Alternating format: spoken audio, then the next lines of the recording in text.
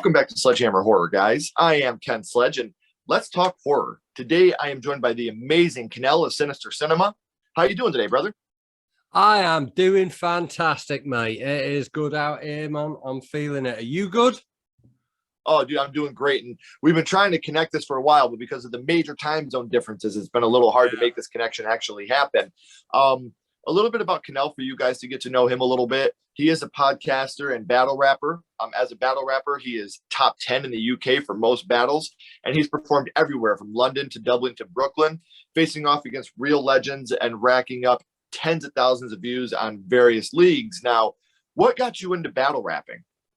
Battle rapping. I think there's like a bit of a connection with horror, which is something like battle rapping is all about you just in the moment, and you're like trying to you've got an audience around you and you're trying to make them feel something. So it becomes all about punchlines. It's about setting something up and like switching something on it. And my love of hip hop is it's something that's gone on my whole life. But actually battling that's a lot of what my podcast is about. I've been getting lots of battle rappers on there lately because a lot of us that are really involved in battle rap sort of also really into horror as well, because it's about the subverting of expectations. It's about you making someone expect one thing and then you switch it on them, you change it, or maybe you say something and then you escalate it. And it's like how scares work in horror, like very much. It's all about timing. Yeah, it's in a similar way. It's in a similar way to how comedy and horror I feel's got a bit of a thing together. We've had a lot of comedy directors that come and they do horror and they can do it well because they know about timing, they know about setting something up and switching something. So having that impact in the cinema, it's about that, dude, man. I totally respect the battle rap. I mean, growing up, Detroit boy, Eminem boy. Oh yeah, man. Yes. 8 miles over here, battle rap is something huge. I could never do it. I'm lame as shit. But, growing up, I really appreciated, Eminem, the Beastie Boys. I love the streets, and then you got the West Coast rappers and stuff. So, I've always respected hip hop. It's never been my favorite genre, but I think that battle rapping would be probably one of the hardest things to do. Detroit's an interesting place to be talking about rap because the mix of horror and rap, that's got a lot to do with Detroit, hasn't it? Because people think of Eminem, but it's Esham and stuff like that came from Detroit. Well, sort of godfathers of it. Eminem used to say I'm a mixture of Esham and whatever and all this a lot of it comes from it, and it's all that that whole style of using multiple syllables to put things together and create imagery. A lot of that comes from Detroit. Well, if you ever come back to the States, man, we'll go up to the shelter in Detroit. I'll take you down there for a battle sometime. I'd love to see you out here, man. Oh, hell yeah.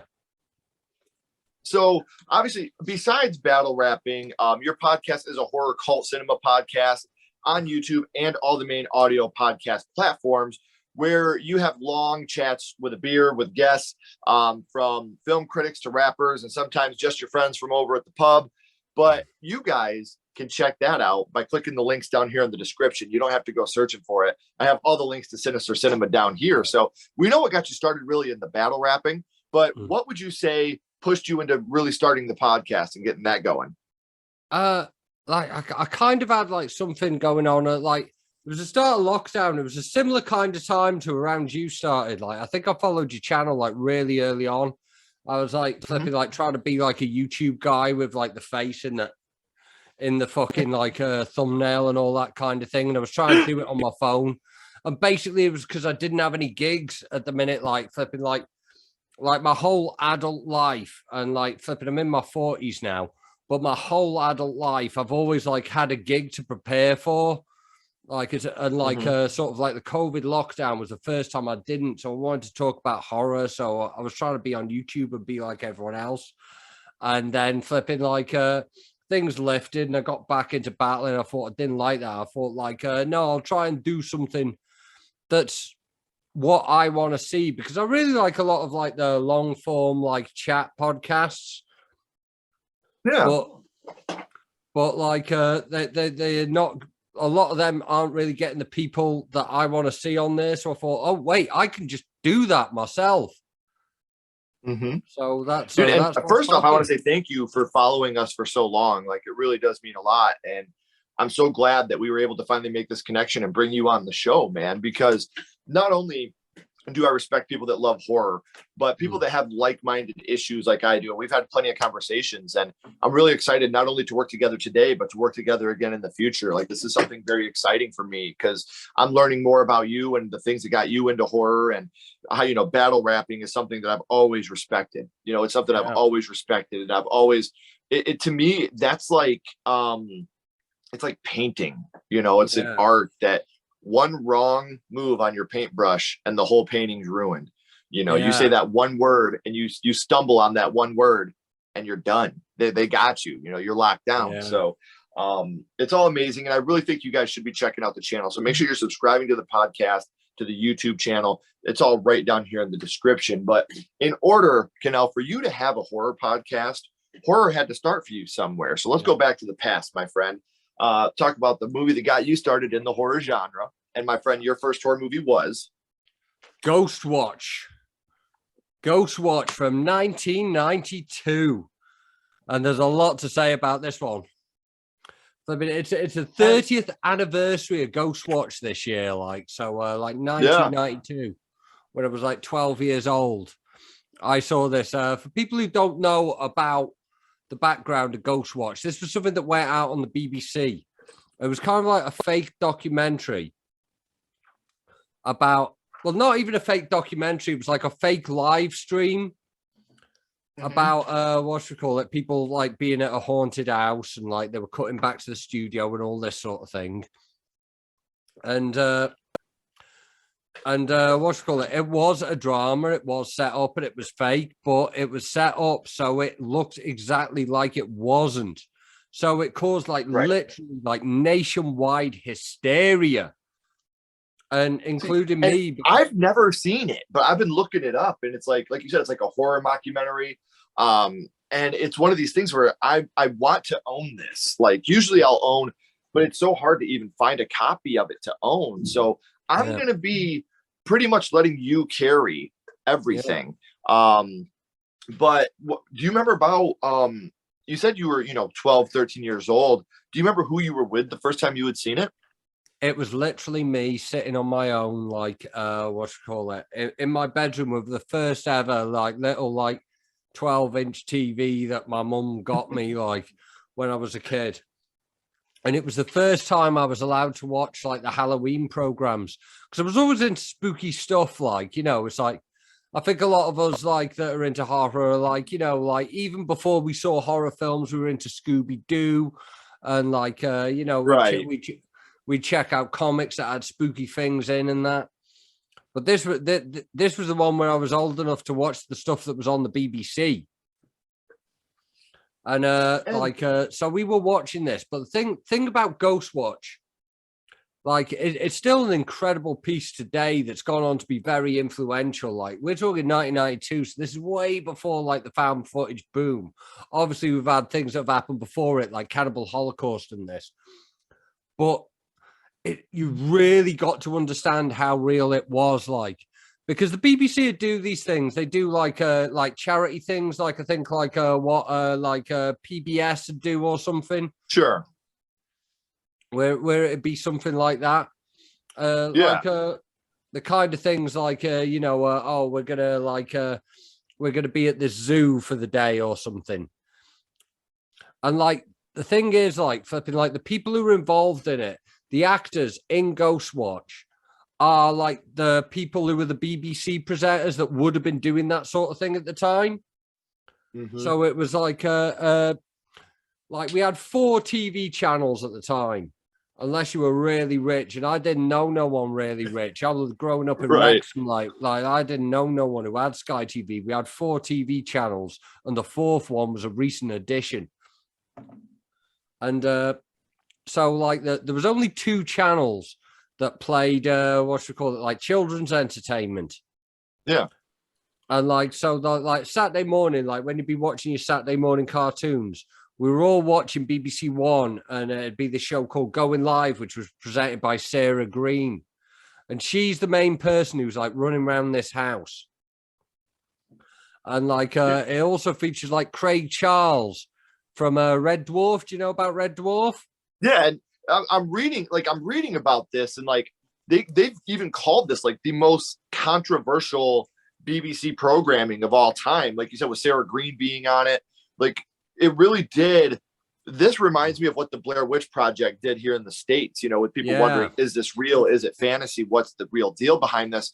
And it looks like that's really what Ghost Watch did. And that, to me, it's hard to, like, today in 2022, I don't think you'd be able to pull that off, because now you have the internet in your pocket. You can do all the research. You never would. This is something that could have only happened then. It was like a proper War of the Worlds thing. Because the people on it, Michael Parkinson, Craig Charles, and Craig Charles was in Red Dwarf, and Sarah Green. These weren't actors. These didn't appear in dramatic productions. These were the things. Like Sarah Green was like the person who was on Going Live, who introduced the cartoons I watched every Saturday morning since I was flipping like a foot tall or whatever. it's like literally. Dude, what I love about this is the fact that you could still remember to this day. Like, that's the impact that this mockumentary had on you. Like, is this real? Is this fake? Are those real ghosts? Are they not real ghosts? Are they pipes? Because doing the research on this, like, this is exciting. Like, and I don't get me wrong, if it wasn't for the technology we have today, I wouldn't be doing this. So I can't say I wish we didn't have it, but there's a part of me that wishes we could go back to that and have that surprise of, is this real? Is this fantasy? So now with this, usually I ask people, like, is this something you'd like to see remade today? But obviously we couldn't really do that today. Yeah. Is this something that you would like to see them do as like a full-length feature film today?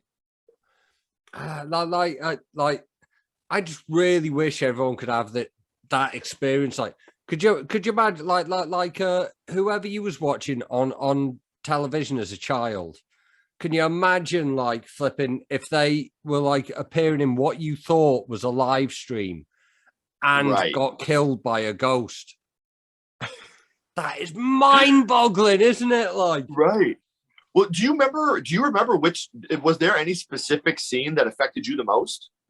Yeah, because like the setup of it was Craig Charles and Sarah Green were at the house going around. They were interviewing the family, and it was cutting back to the studio with Michael Parkinson, who's like this like really important interviewer. Like, he was like flipping, if you came to the UK to get interviewed, like if you were a big film star, if you're a big politician, you got interviewed by Michael Parkinson.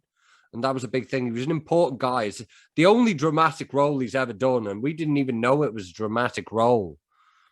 Right.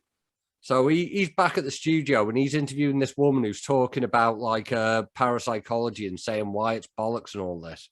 And the whole thing is like very much like the actual like setup of what was going on in the house was very much based on the Enfield haunting. Which is what went on to like it's just the Conjuring 2 did the story of the Enfield haunting. Yep. So that's what it was like. So that's another thing about it. Like, the actual things that the ghosts were doing were that was like something that you read about if you read about ghosts growing up. And like also like do you know who Tommy Cooper is? No. Tommy Cooper was a comedian in the UK who what's called it? Like, he was big in the 70s and like the early part of the 80s.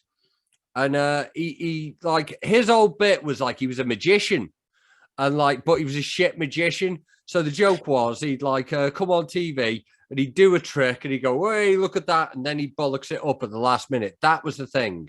Okay. Like, when it like in like the really early entertainment, like the kind of stuff you'd see on like the 70s Muppet Show. He was that kind of comedian.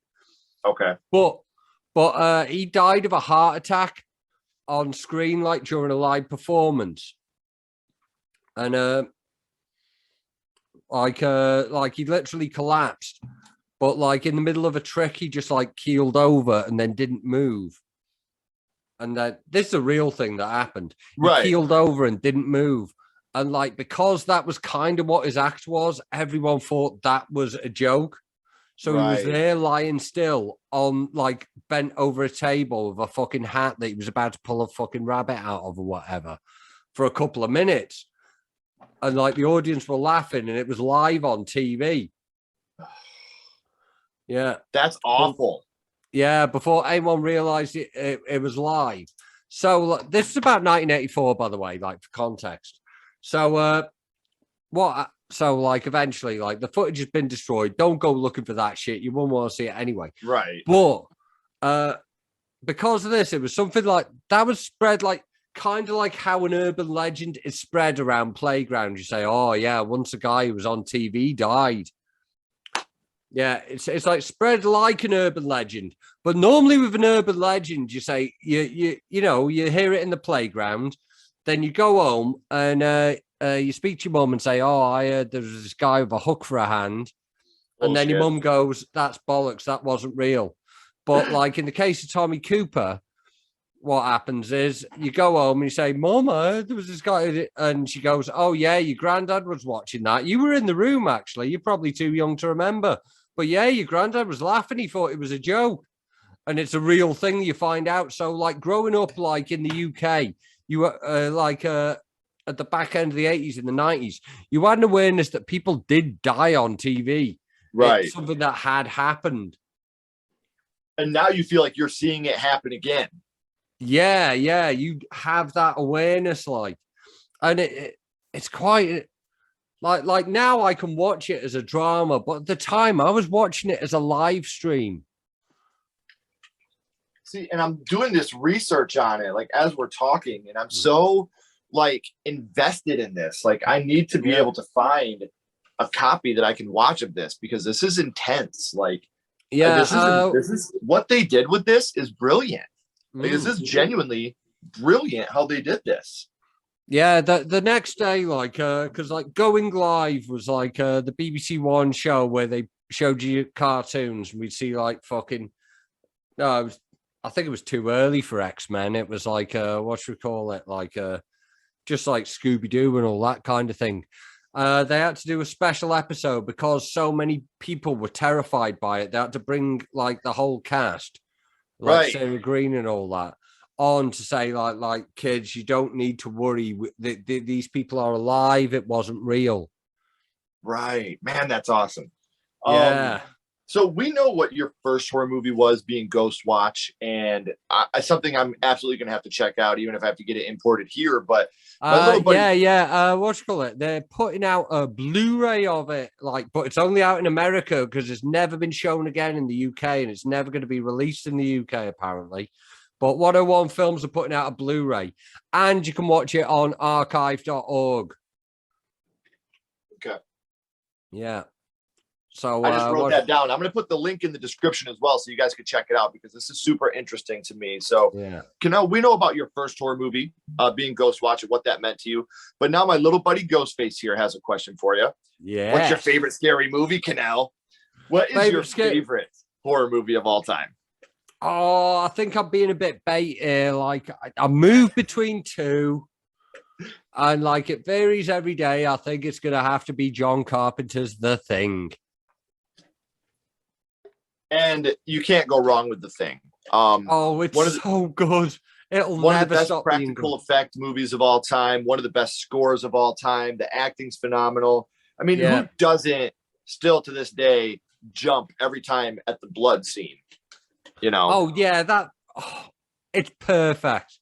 Like I'd be willing to argue that it's a perfect movie. Mm-hmm. Like I'm on a ban from watching it at the minute because I bought like a UHD 4K player, but I haven't got a 4K TV yet. And I bought the 4K disc. I'm buying a new TV in a couple of weeks.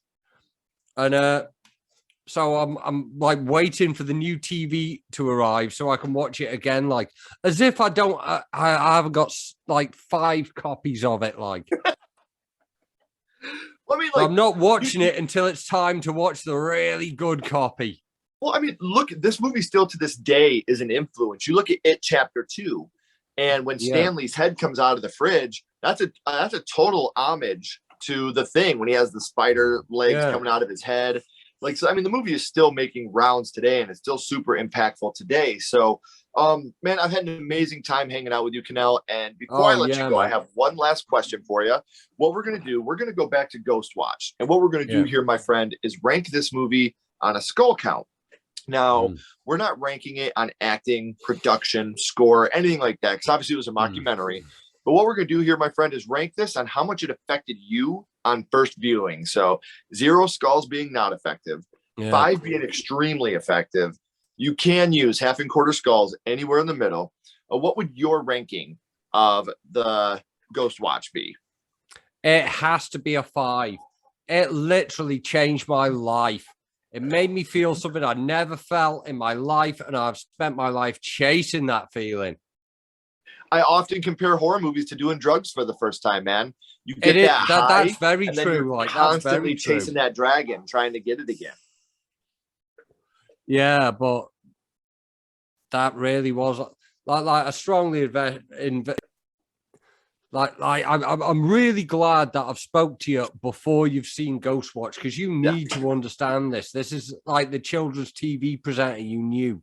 This is not like flipping actors that are playing a right. role. This is someone you grew up with. And that's, I think, why I'm so excited to watch this. And now that I have that information, if I went into it blind, it might not be as much to me. But now to know that these were like your local newscasters you're Yeah. watching on here that are going in and doing this, that's amazing. So, Yeah.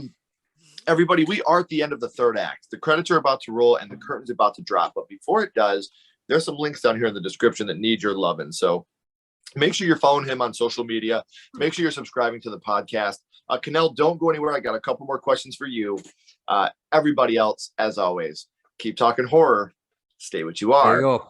and we'll see you guys soon.